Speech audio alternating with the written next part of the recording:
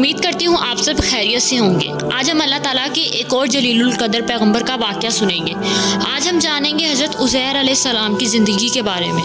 حضرت عزیر علیہ السلام بنی اسرائیل کے جلیل القدر پیغمبروں میں سے تھے۔ آپ علیہ السلام حضرت ہارون علیہ السلام کی اولاد میں سے تھے۔ ایک قول کے مطابق آپ کے والد کا نام سروخہ تھا۔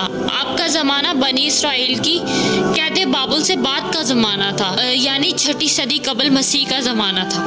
آپ کو فلکیات کا علم تھا اور شریعت موسوعی کے عالم بھی تھے۔ یہی وجہ تھی کہ آپ لوگوں میں بڑی قدر و منزلت کی نظر سے دیکھے جاتے تھے۔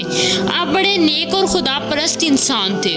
تورات میں حضرت عزیر علیہ السلام کے نام سے کتاب صحیفہ عزرا بھی موجود ہے، پر اس میں آپ علیہ السلام کی زندگی کے بارے میں زیادہ معلومات نہیں ملتی۔ البتہ یہ پتہ چلتا ہے کہ 458 قبل مسیح میں جب ایران کے بادشاہ نے یہودی قیدیوں کو رہا کیا تو حضرت عزیر علیہ السلام ان آزاد قیدیوں کے سربراہ کی حیثیت سے یروشلم آئے۔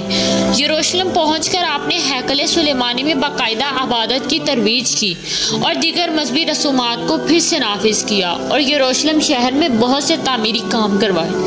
اس کام میں ایران کے شہنشاہ نے آپ کی بہت مدد کی۔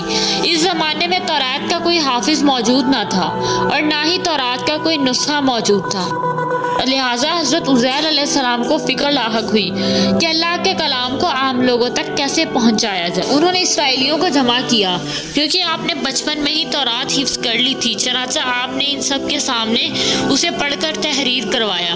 ایک دن کا واقعہ ہے کہ ایک دفعہ حضرت عزیر علیہ السلام اپنی ایک زمین کی طرف نکلے اور واپسی پر ایک ویران عمارت میں ٹھہر گئے۔ کیونکہ گرمی سخت تھی تو آپ اپنے گدھے سے اتر کر عمارت میں داخل ہوئے۔ آپ کے ساتھ کھانے کے 2 ٹوکرے تھے، ایک میں انجیر اور دوسرے میں انگور تھے۔ آپ علیہ السلام نے اپنے ساتھ موجودہ پیالہ نکالا اور اس میں انگور نچوڑے، پھر خشک روٹی نکالی اور اسے مشروب میں ڈال دیا تاکہ میٹھی اور نرم ہو جائے تو کھا لیں۔ پھر آپ تھوڑی دیر کے لیے لیٹ گئے۔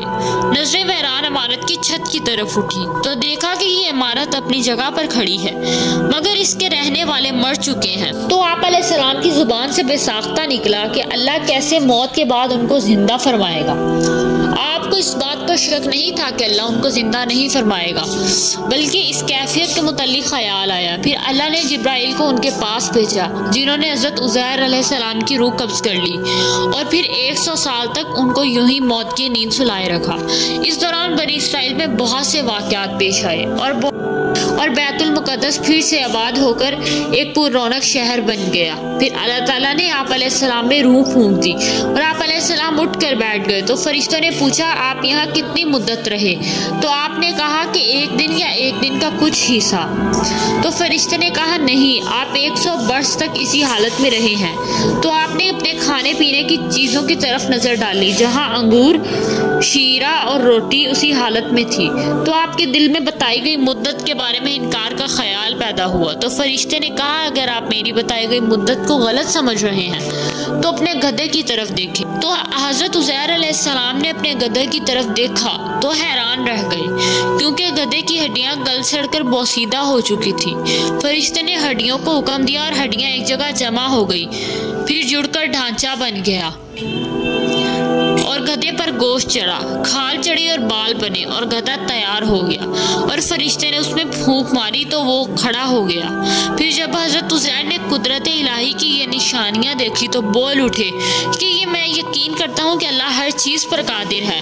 حضرت عزیر علیہ السلام نے اپنے گدھے پر سوار ہو کر اپنے محلے میں تشریف لائے تو لوگوں نے آپ علیہ السلام کو نہیں پہچانا۔ آپ اپنا گھر بھی بھول چکے تھے۔ ڈھونڈتے ڈھونڈتے آپ اپنے گھر پہنچے تو وہاں آپ نے ایک نابینا اور بوڑھی عورت کو پایا جس کی عمر تقریباً 120 سال تھی۔ وہ وہاں کے رہائشیوں کی والدہ تھی۔ جس وقت آپ علیہ السلام گھر سے نکلے تھے تو وہ 20 سال کی نوجوان لڑکی تھی، آپ سے خوب اچھی طرح واقف تھی۔ حضرت عزیر علیہ السلام نے اس بڑھیا سے پوچھا کہ کیا یہ عزیر کا گھر ہے؟ تو بڑھیا نے حیران ہو کر بولا جی ہاں۔ بڑھیا کی آنکھوں سے آنسو جاری ہو گئے اور بولی کہ میں نے ایک عرصے سے یہاں عزیر کا ذکر نہیں سنا، اب تو لوگ بھی اس کو بھول چکے ہیں۔ تو حضرت عزیر نے فرمایا میں ہی عزیر ہوں۔ تو اللہ نے مجھے 100 سال تک موت کی نیند سلا دیا تھا اور مجھے اب اٹھایا ہے۔ تو بڑھیا نے کہا کہ بے شک عزیر علیہ السلام کو ہم سے بچھڑے 100 سال ہو چکے ہیں اور اس کے بارے میں کوئی جانتا بھی نہیں، تو آپ کیسے عزیر ہو سکتے ہیں؟ عزیر علیہ السلام مستجاب الدعوات تھے، آپ جس مریض کے لیے دعا کرتے وہ فوراً ٹھیک ہو جاتا، لہٰذا وہ بڑھیا بولی کہ آپ دعا کریں کہ میں ٹھیک ہو جاؤں، تو پھر میں آپ کو دیکھ کر بتا سکوں گی کہ آپ عزیر ہیں یا نہیں۔ حضرت عزیر علیہ السلام نے دعا کی اور اپنی دست مبارک کو اس کی آنکھوں پر پھیرا تو اس کی بصارت بحال ہو گئی۔ بڑھیا نے آپ کو دیکھا تو پکار اٹھی، میں گواہی دیتی ہوں کہ آپ بھی حضرت عزیر ہیں۔ پھر وہ بڑھیا ان کو لے کر بنی اسرائیل میں ان کے عزیزوں کے گھر پہنچی اور وہاں حضرت عزیر کا ایک بیٹا بھی موجود تھا جس کی عمر 118 سال تھی، جبکہ ان کے پوتے بھی قبیلے کے بزرگ اور بڑے سردار تھے۔ بڑھیا نے ان سب کو آواز دی اور بولی کہ یہ عزیر ہیں، اللہ نے ان کو 100 سال کے لیے موت کی نیند سلا دیا تھا، یہ اب اللہ کے حکم سے اٹھے ہیں اور تم سے ملنے آئے ہیں۔ لوگوں نے پہلے تو یقین نہیں کیا، لیکن جب اس نے اپنی بینائی آنے اور ہاتھ پاؤں ٹھیک ہونے کے بارے میں بتایا تو سب حیران رہ گئے۔ تو بیٹے نے کہا کہ میرے والد کے دونوں شانوں کے درمیان ایک سیاہ نشان تھا۔ آپ علیہ السلام نے اپنے شانوں کو کھولا تو وہ نشان موجود تھا۔ پھر بنی اسرائیل نے کہا کہ ہمارے درمیان کوئی تورات کا حافظ نہیں تھا سوائے عزیر کے، اور بخت نصر نے تورات کے سارے نسخے جلا دیے تھے، لہٰذا آپ ہمارے لیے تورات کو لکھ کر دکھائیے۔ تو عزیر علیہ السلام کے والد نے بخت نصر کے ایام میں تورات کے اصل نسخے کو دفن کر دیا تھا اور آپ کے علاوہ کسی کو اس جگہ کا علم نہیں تھا۔ تو چنانچہ حضرت عزیر ان لوگوں کو لے کر ایک درخت کے سائے میں تشریف فرما ہوئے، اتنے میں اللہ کے حکم سے آسمان سے 2 شعلے اٹھے اور آپ کے سینہ مبارک میں داخل ہوئے اور آپ کو پوری تورات خوب یاد آ گئی۔ آپ نے نئے سرے سے تورات لکھ کر ان کے حوالے کر دی۔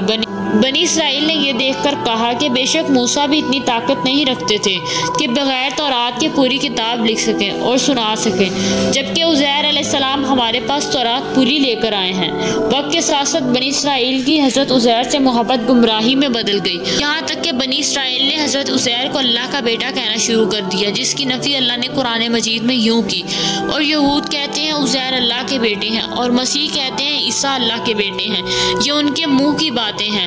تو اس کہانی سے ہمیں یہ سبق ملتا ہے کہ بے شک اللہ ہر چیز پر قادر ہے۔